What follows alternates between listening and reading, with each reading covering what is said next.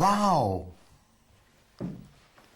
Feminism have changed the definition of traditional value. Traditional values does not mean controlling. Traditional values means that there is a role to play. Like I always say it this way, like, if Cristiano Ronaldo, the greatest striker and forward in the world, arguably some people say it's Messi, but if Cristiano Ronaldo was a goalkeeper, would he be Cristiano Ronaldo today? Blah. No, he wouldn't, because his role and his skill set was better suited for a striker role. Whereas De Gea, I always compare, De Gea's role was a goalkeeper. So in a marriage, the husband has a role, the wife has a role. And when they play their roles well, right, and in accordance to the principle of building a life, building a family, building your finances, building up, making a home together, making your own unit together, right? That's where things start to fall in line. That's where you have blessings. That's where you bear good fruit, right? So at my age, I really don't give a damn about being single too much, because it's like, honestly, it doesn't matter, because I rather walk down the aisle with the right person and be off the Tinder and Bumble and Coffee Meets Bagel market permanently than to just simply just because this person is here and available and I just did, and then after 2-3 years problem. No, because divorce is messy, especially if you have children. Not just that, finances. If you buy a house together, the headache to get the name out of the ownership of the house, the legal papers, is a big mess, right? So me realizing that all these things can happen is a consequence of a bad choice. I choose not to. I choose to just relax and chill. And as a Christian, I just trust God. I only date I only date Christian. I don't date anyone outside my religion because my faith is very important to me. My faith is real to me. For me, the Bible is the book of life because God is the engineer of life. So obviously, if you follow the Bible, a lot of good things can happen in your life and it bears good fruit. And a lot of people think, just because Christian, okay lah, can. No, that is not the case. That is not the case at all, because people perceive and receive definitions differently. So doesn't mean a person is Christian means they're right for you. It's also based on their understanding of what certain values mean to them, and that is very, very important as well. Now, when I say I only date Christians, reason why is fundamentally most Christians share the same values about life, about God, church, family, friends, connections, relationships, finances. Most Christians. Then there's also the people who are nominal Christians, which they are Christians on paper but don't really actually follow. To be honest, I've gone out with a lot of Christian girls, and all of them, all of them, to be honest, all of them, that's why I'm single. All of them say, they want to have sex before marriage. But the fundamental truth about Christianity is to abstain from it. And the reason why is this. If it can work without that, then you definitely have a shot of having a future together. And the reason why is your relationship isn't based on lust. Your relationship is you're building a relationship based on friendship, based on respect, based on actual love. Because, how do you know the person actually loves you? The fact that he or she is still with you despite not being able to have sex. Like for a guy, if he's still committed to you, that shows that the man has the right fundamental properties and the fundamental values to be a husband.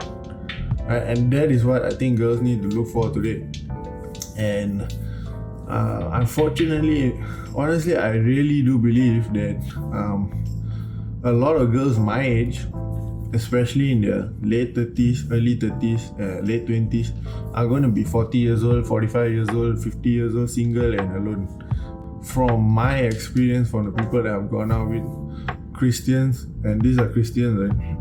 I don't really understand the concept of marriage and the fundamental values that are involved in it. You know, a lot of people say, a lot of girls will say this: money isn't everything. Okay, cool.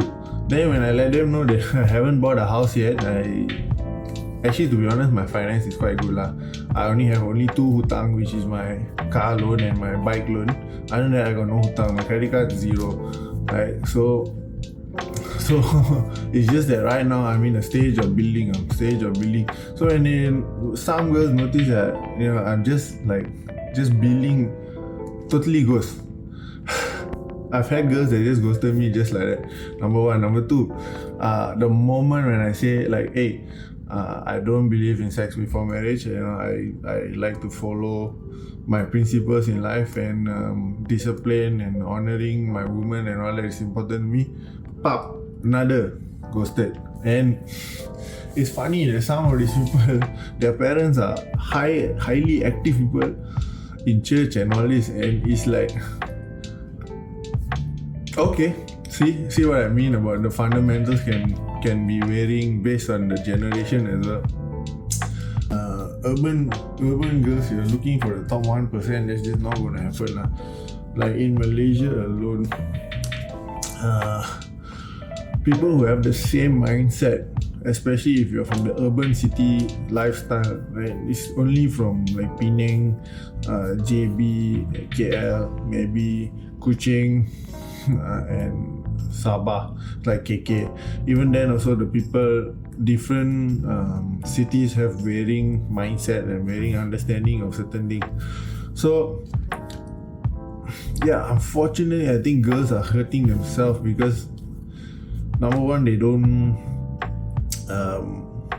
when there's a real good man that's interested, they just ghost the person and go out with the bad boy. And unfortunately, even I'm not trying to generalize, but from what I noticed, like even 30-year-old girls still have that, I'm a 20-year-old kid and I still want to have fun. I think fundamentally girls need to realize that girls have a biological clock, and unfortunately biology doesn't care about your feelings. So as a man, the oldest man recorded in the Guinness Book of Records is 77 years old. So a man can have a kid at even 77 years old. Even Al Pacino, who's 67 years old, has a kid with his 30-year-old girlfriend, which now they broke up already lah. Quite stupid lah. But anyway, the point is these girls have a biological clock, and if you really want a good man at your sexual prime, which is when you're 20, 23, 24, all the way up to about 32, 33, 35 at max, that's when you want to settle down and have a kid and all that. And if you don't want to settle down and have a kid, that is totally fine, but understand the consequences of that choice. Don't regret when you're 50 years old and all your friends are married with children and watching their children grow, and you be on the sideline. Yeah, you got a house by yourself, yeah, you got a dog or a cat or whatever, but the fulfillment and purpose in life is not going to be there for you. And for me, the way and this is a value, right? This is a value. The way I see marriage is a next step for you to grow, a next step for you to mature, next step for you. And yes, marriage is hard. You know, people always like when they talk about kids, all I have to stay out. For me, it's challenging. I want that. Because you know why? The more you take on more challenges, the more your mindset grows. The more you become a more matured, stable person. Not just matured and stable. The more you understand the value of being selfless. Because in a marriage, you have to be selfless every day. Wow.